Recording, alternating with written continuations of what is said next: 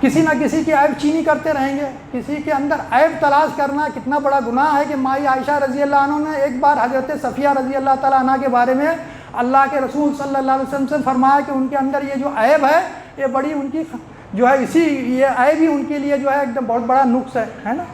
تو اللہ کے رسول صلی اللہ علیہ وسلم نے فرمایا کہ عائشہ تم نے ایک ایسی بات آج کہی ہے کہ اگر یہ سمندر میں بھی ڈال دیا جائے نا، اتنی گندی بات کہی کہ تو پورا سمندر گندا ہو جائے. لیکن آج ہم دیکھیں عیب چینی لوگوں کے بلا وجہ تلاش کرتے رہتے ہیں. چگلی کیا ہے؟ اللہ کے رسول صلی اللہ علیہ وسلم چگلی خور کے بارے میں فرمایا کہ چگل خور جنت میں نہیں جائے گا. عذاب قبر کی ایک وجہ یہ بھی بتائی ہے کہ وہ لوگوں کی چگلیاں کرتا تھا. تو اس طرح سے جو ہے اس کو ہم نے معمولی سمجھا ہے. غیبت کے بارے میں کیا فرمایا اللہ کے رسول صلی اللہ علیہ وسلم؟ یہ زنا سے بھی سخت گناہ ہے. لیکن جہاں بھی آج ہم کھڑے ہوں گے تو غیبت، چگلی، جھوٹ، فحش بات، بے شرمی کی بات، گناہ کی بات، یہی سارا معاملہ ہے ہمارا. تو ان تمام چیزوں سے ہمیں بچنا چاہیے. اور اسلام کی جو یہ عبادتیں ہیں ہم کو ان چیزوں سے بچانے کا سب سے بڑا ذریعہ ہیں. اسی لیے اللہ تعالیٰ نے اس کے بڑے مقاصد ہیں جو عبادتیں ہمیں فرض. اور اس کے بعد میں یہی عبادتیں ہمارے گناہوں کے کفارہ کا ذریعہ بھی بنتی ہیں کہ جو بھی ہم سے غلطیاں ہوتی ہیں، کمیوں کوتاہیاں ہوتی ہیں تو اللہ تعالیٰ ان عبادتوں کے ذریعے سے ہمارے ان خطاؤں کو معاف کر دیتا ہے، مٹا دیتا ہے. اور یہی عبادتیں پھر ہمیں اسلامی نظام کو تیار کرنے کا ایک ذریعہ بنتی ہیں کہ ایک ایسا صالح معاشرہ، ایک ایسی صالح سماج اور سوسائٹی وجود میں آتی ہے، ایسا ایک بہترین جماعت وجود میں آتی ہے کہ پھر وہ لوگ اس دنیا کی امامت کو جو ہے چلانے کے اہل ہوتے ہیں. تو یہ تمام مقاصد ہوتے ہیں ان عبادتوں کے. تو پہلے ہم کو ان عبادتوں کو صحیح طریقے سے ادا کرنا چاہیے، اس کی روح کو سمجھنا چاہیے. اور ان میں جو چیزوں سے ہمیں بچنے کے لیے خاص طور سے کہا گیا ہے کہ جس کے ذریعے سے ہمارے ان عبادتوں کا پورا اجر و ثواب ہمیں حاصل ہو، ان سے ہمیں اپنے آپ کو بھی بچانا چاہیے، اپنے بچوں کو، اپنے سماج کے لوگوں کو بھی اس سے بچانے کی کوشش کرنا چاہیے. اللہ رب العالمین سے دعا ہے کہ اللہ تعالی ہم سب کو نیک عمل کرنے کی توفیق عطا فرمائے اور تمام بے شرمی کے کاموں سے، بے حیائی کے کاموں سے، بے شرمی اور بے حیائی کی باتوں سے ہماری اور تمام مسلمانوں کی اللہ رب العالمین حفاظت فرمائے. اور تمام مسلمانوں کو جو ہم فرض عبادتیں صحیح طریقے سے ادا کرنے کی توفیق عطا فرما اور اس میں اللہ رب العالمین آسانی عطا فرما. ہمارے ملک کے اندر آج جو مسلمانوں کے خلاف سازشیں ہو رہی ہیں، ہم دیکھ رہے ہیں کہ آج مسلمانوں کے لیے اس ملک کے اندر ابھی اس ہمارے ان علاقوں کے اندر تو حالات نہیں ہیں. نارتھ کے اندر آپ دیکھتے ہیں کہ دوسرے مقامات پر آپ کو نماز پڑھنا محال کر دیا گیا، مشکل کر دیا گیا ہے کہ آپ باہر نماز نہیں پڑھ سکتے. کہیں آپ سفر میں ہیں، گھر کے باہر ہیں، کسی میدان میں کسی پیڑ کے تلے بھی نماز پڑھو تو آپ کے خلاف کیا ہے؟ قانونی کارروائی ہو جاتی ہے. وجہ یہی ہے کہ آج ہم نے پہلے نماز کو نہیں پڑھا تھا، اب پڑھنا چاہتے ہیں تو پڑھنے کے لیے ہمارے لیے رکاوٹیں کھڑی ہو رہی ہیں. تو ہمیں چاہیے کہ اللہ سے رجوع کریں، اللہ سے معافی مانگیں، استغفار کریں، دعائیں بھی کریں، خود بھی دعا کریں اور تمام لوگ اجتماعی طور سے بھی دعا کریں کہ اللہ تعالیٰ ہمارے ملک کے اندر ہم مسلمانوں کے حالات کو بہتر کرے، اسلام پر عمل کرنا اور اس کی دعوت و تبلیغ کرنا ہم سب کے لیے آسان ہو جائے. اور اللہ رب العالمین ہماری تمام مسجدوں کی، ہمارے مدرسوں کی حفاظت فرمائے، ہمارے علماؤں کی حفاظت فرمائے اور دین پر چلنا ہم سب کے لیے آسان فرمائے. اور ہمارے تمام مسلمانوں کی اللہ رب العالمین اصلاح فرما دے، ہمارے زبانوں کی اصلاح فرما دے، ہمارے اعمال کی اصلاح فرما دے. سبحان ربک رب العزت عما یصفون وسلام علی المرسلین والحمد للہ رب العالمین.